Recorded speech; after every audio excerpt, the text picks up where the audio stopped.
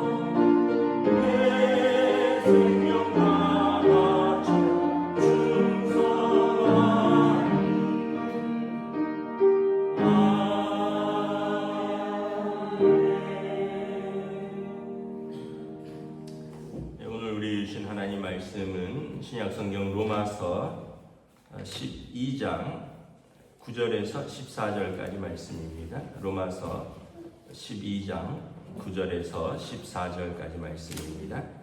다 찾으신 줄 알고 저와 여러분들이 한 절씩 교도하도록 하겠습니다.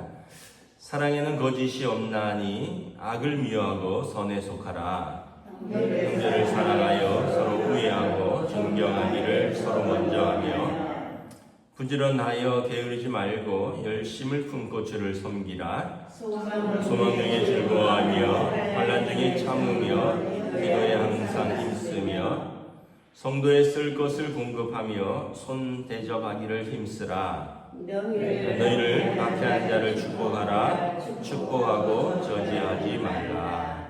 아멘. 할렐루야. 네, 오늘 또 새로운 하루를 주셨습니다. 하나님께서 은혜와 평강으로 함께하여 주시기를 축복합니다. 로마서가 이제 앞부분은 교리에 관한 거라면 뒷부분은 성도의 그 신앙생활에 관한 거죠. 교리를 아무리 많이 알고 있어도 이걸 살아내지 못하면 의미가 없죠. 뭐 마치 그 우리가 뭐 어떤 수영에 대한 뭐 어떤 그 운동하는 방법, 수영하는 방법 뭐 이런 걸 아무리 알아도 물속에 들어가지 않으면 수영을 할 수 없는 것과 같은 것입니다. 우리가 아무리 하나님의 말씀을 많이 알아도 삶에서 그걸 실천해 보지 않으면 사상누각이죠. 그냥 모래 위에 쌓아놓은 것과 다른 것이 없는 것입니다.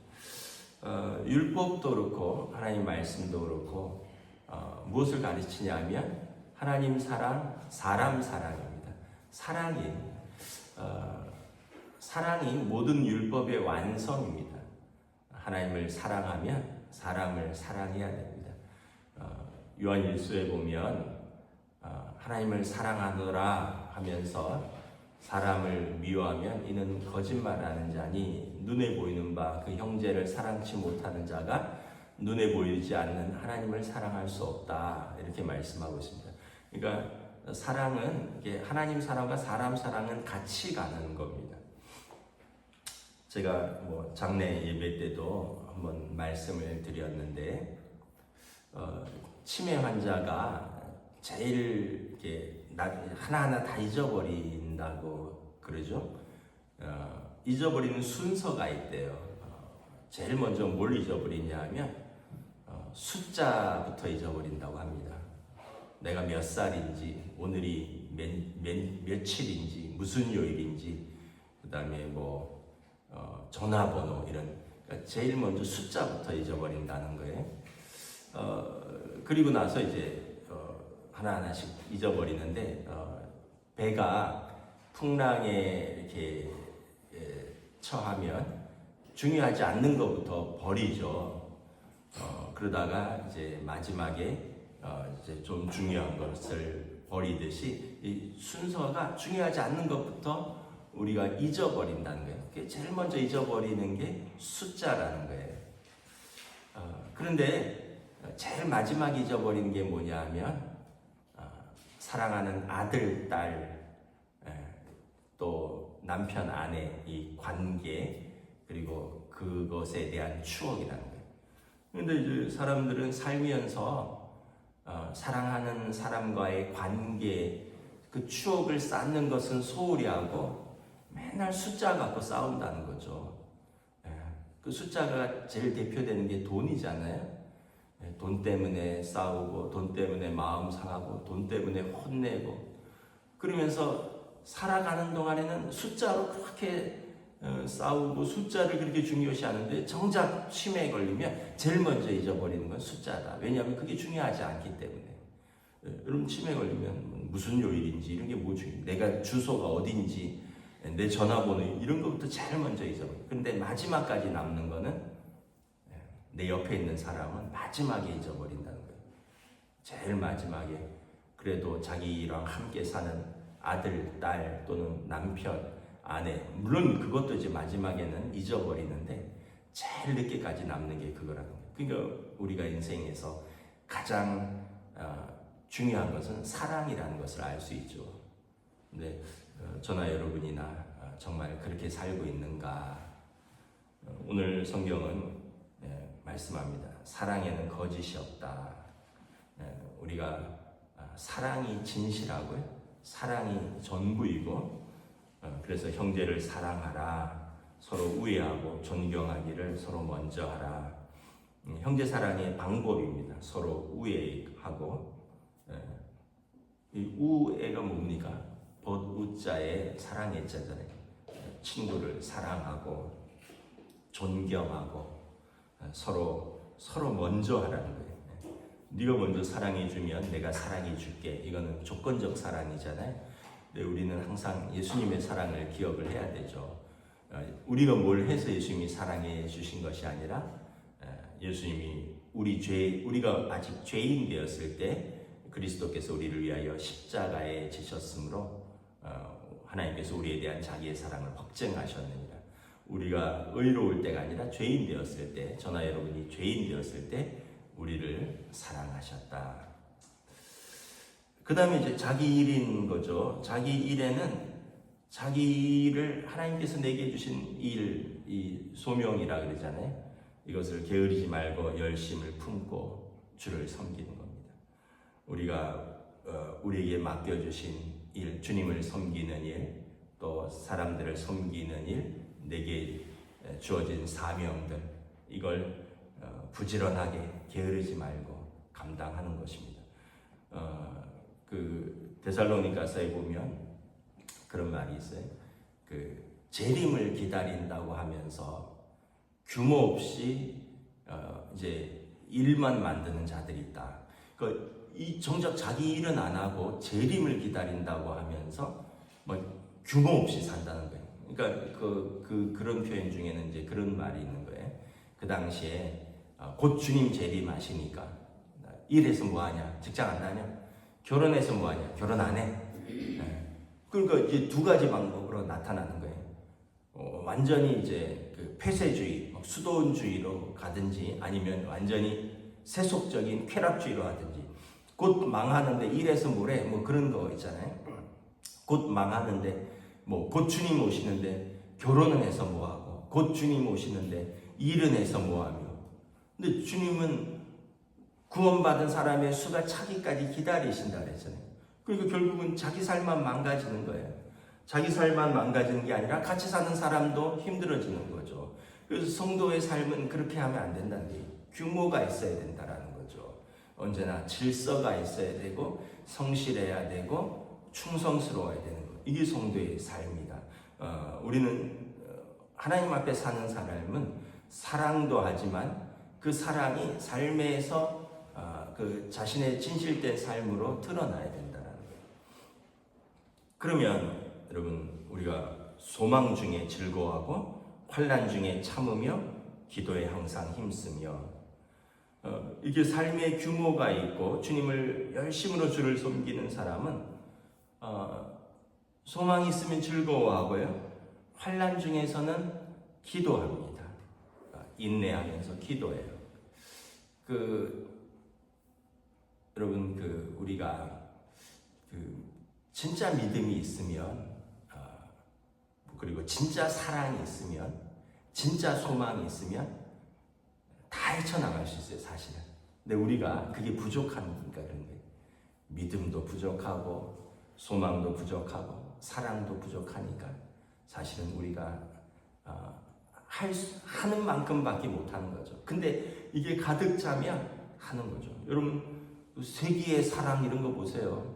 왕위를 던지잖아요.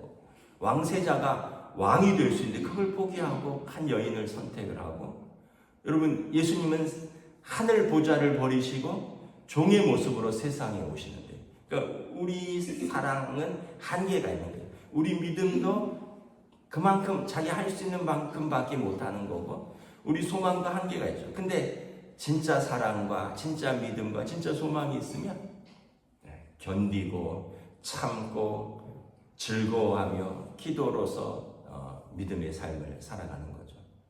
그래서 이 성숙함의 척도가 무엇일까? 너무 감정을 드러내지 않는 거예요. 좋았다 싫었다 좋았다 싫었다, 이게 여러분들도 그렇지 않나요? 주변에 그런 사람 있으면 막 손바닥 뒤집듯이 좋았다 싫었다 좋았다 싫었다. 저도 그런 부분들이 있었는데 생각해 보니까 너무 경솔했구나, 너무 가벼웠구나. 좋아도 좀 하나님 앞에서, 슬퍼도 좀 하나님 앞에서, 고난 중에서도 좀 하나님 앞에서, 그러면 좀 진중하게 참을 수도 있고 인내할 수도 있고 견딜 수도 있고 기도할 수도 있고, 그리고 진정한 기쁨으로 나아갈 수도 있는데, 그냥 사람 앞에서 좋았다 슬펐다 사람 앞에서, 그러다 보니까 우리가 성숙함이 늘 좀 부족하지 않은가. 그래서 오늘 말씀에 보면 참된 믿음, 참된 사랑, 참된 그 주님을 섬기는 이런 것들을 말하는 거죠. 그리고 환대입니다. 13절 성도에 쓸 것을 공급하며 손 대접하기를 힘쓰라. 그 당시는 노예들이 많았어요. 3분의 2는 노예였습니다. 그리고 또 나그네들이 있었죠. 순례하는 전도자들, 사도 바울 같은 사람들, 이런 분들도 순례하는 전도자들. 근데 성경에 보면 다 사도 바울을 영접하고 또 자기 집에서 숙박을 제공하고 또 교회가 자기 집에서 시작하고 이런 성도들의 수고와 환대 속에서 계속해서 하나님 나라가 이렇게 확장이 되는 거죠. 노예들을 주인들이 관대하게 대하는 겁니다. 좀 더 여유 있는 사람들이 좀 궁핍한 자들에게 관대하게 대하는 것입니다. 나그네와 고아와 과부 같은 약한 자들을 좀 더 강한 자들이 돌보는 겁니다. 이게 이제 초대교회의 어떤 믿음의 공동체의 모습이었던 것이죠. 그뿐만 아니라 이제 너희를 박해하는 자를 축복하고 저주하지 말라. 이 사람들의 기본적인 인지상정이라 그러잖아요. 사람들의 기본적인 심리는 뭐예요? 원수를 미워하고 그리고 형제를 사랑하는 것입니다. 근데 그건 누구나 할 수 있다는 거예요. 아니, 날 좋아하는 사람을 내가 좋아하고 날 미워하는 사람 내가 미워하는 거, 그건 누구나 할 수 있죠. 근데 예수 믿는 사람은 이제 이걸 넘어서는 거죠. 나를 좋아하는 사람에게 감사하고 또 나를 미워한다 할지라도 그를 위해서 기도하는 거예요. 저주하지 않는 거예요. 그 사도 바울이 이제 다른 그 바울 서신에 보면 이제 뭐 대만은 세상을 사랑하여 뭐 나를 떠나갔고 나를 떠나간 자들이 많으나 내가 그들을 위하여 미워하지 않노라, 이런 표현들이 있어요. 그러니까 사도도 이제 자기를 비방하고 고발하고 떠나가고 이런 사람들이 많은데 내가 그들을 미워하지 아니하노라. 사실 이거는 의지로 하는 게 아니라 어떤 내가 뭐 어떤 표처럼 하는 게 아니라 내 안에 그리스도의 사랑이 차 있을 때 그게 가능한 거죠. 왜냐하면 긍휼한 마음이 생기는 것이거든요. 이제 감정을 넘어서는 긍휼한 마음, 주님이 주시는 마음들이 생기는 거거든요. 그러니까 여러분, 우리가 항상 생각을 해야 돼요. 우리나라가 지금 갈등이 극심합니다. 뭐 진보 보수, 뭐 세대 갈등, 남녀 갈등, 뭐 여야 갈등, 남북 갈등. 그런데 그리스도인은 항상 생명을 말하고 사랑을 말하는 거지 적개심을 말하고 죽음을 말하고 미움을 말하는 것이 아니다. 내가 내 편이 아니니 다 죽여버려야 돼. 뭐 다 죽어버려라. 뭐 이거는 그거랑 똑같아요. 예수님이 시대에 돌을 들고 가늠한 자를 돌을 던지는 자들하고 똑같은 거예요. 주님 앞에 섰을 때 우리 모두가 벌거벗은 채로, 그러니까 우리가 숨기지 못하고 자신의 행위를 자신의 입으로 다 고백할지라. 여러분, 그렇게 성경은 말씀하고 있습니다. 우리가 히브리서 말씀이 우리가 주님 앞에 섰을 때 아무것도 감추지 못하고 내 입으로 내 행위를 고백하는 그런 순간이 올 것입니다. 그때 내가 했던 말들, 그때 내가 했던 행위들, 이때 여러분 우리가 주님 앞에서 애쓰고 분투했던 모습들이 남아 있어야지. 우리 안에 그러지 못한 것들이 있다면, 물론 우리가 평생을 그렇게 고민하고 씨름하면서 살지만 그런 모습들이 여전히 있지만 거기에 대해서 부끄러워해야 되고 거기에 대해서 회개하는 마음이 있어야 되고 그리고 더 나아지려는 모습이 있어야지. 그 부끄러움도 없고 회개함도 없고 마땅하다, 이것은 내가 마땅히 할 말이다, 이것은 마땅히 내가 그렇게 해도 되는 것이다, 이렇게 생각한다면 우리 주님 앞에 섰을 때 그럼 내가 너의 죄를 마땅히 물어도 되겠느냐, 이렇게 물으신다면 우리가 얼마나 부끄럽고 얼마나 당황스럽겠습니까? 주님은 우리를 마땅히 우리 죄를 묻지 않으시고 우리에게 긍휼과 자비, 우리를 불쌍히 여기시고 자비와 인자와 사랑을 보여주신 것입니다. 그래서 14절 이 말씀은 그거예요. 악을 악으로 갚지 말고 선으로 악을 이기라, 이런 말씀이에요. 세상은 악을 악으로 갚지만 우리는 선으로 악을 이기는 사람입니다. 말씀을 마치겠습니다.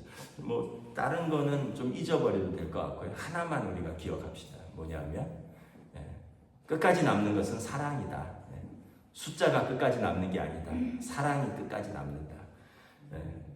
그냥 돈 만 원 때문에 막 소리 지르고 돈 만 원 때문에 화내고 그것 때문에 마음 상하고 이러지 마세요. 마지막에 가면 아무것도 아니에요. 그거는 아무것도 아니에요. 가지고 갈 수도 없어요. 1원도 가져갈 수 없고 아무것도 아니에요. 기억 속에 남는 것은 저나 여러분이나 마지막 우리의 장례식 때 우리의 기억 속에 남는 것은 그분이 나를 얼마나 사랑했는가, 그겁니다. 우리가 주님 앞에 섰을 때 주님이 나를 얼마나 사랑하셨는가, 내가 주님을 얼마나 사랑했는가, 그게 우리에게 가장 큰 유산입니다. 기도하겠습니다.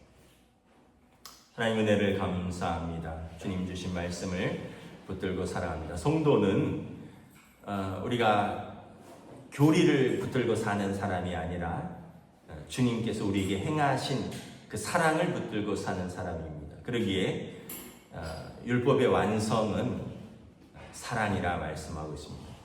하나님 사랑, 사람 사랑. 우리가 이것을 붙들고 살아간다면 우리가 우리 자신을 주님께 주의 자비하심에 의탁할 수 있고, 또한 때로는 우리에게 잘못한 사람들을 우리가 주님의 마음으로 긍휼히 바라볼 수 있고 용서할 수 있고, 그러므로 말미암아 이 세상이 주님의 제자들로 말미암아 더 주님의 사랑으로 가득 채워지는 아름다운 하나님의 나라가 될 것입니다. 우리가 주님 앞에 섰을 때 늘 부끄러움밖에 없는 사람들이지만 그럼에도 불구하고 우리가 하나님의 말씀을 붙들고 힘쓰며 분투하며 우리 안에 계신 성령님의 이끄심에 작은 순종을 하며 사랑으로 살아가는 복된 하루로 오늘도 인도하여 주시옵소서. 감사를 드리오며 우리 주 예수 그리스도 이름으로 기도드리옵나이다. 아멘. 하늘에 계신 우리 아버지의 이름을 거룩하게 하시며 아버지의 나라가 오게 하시며 아버지의 뜻이 하늘에서와 같이 땅에서도 이루어지게 하소서. 오늘 우리에게 일용할 양식을 주시고 우리가 우리에게 잘못한 사람을 용서하여 준 것 같이 우리 죄를 용서하여 주시고 우리를 시험에 빠지지 않게 하시고 악에서 구하소서. 나라와 권능과 영광이 영원히 아버지의 것입니다. 아멘.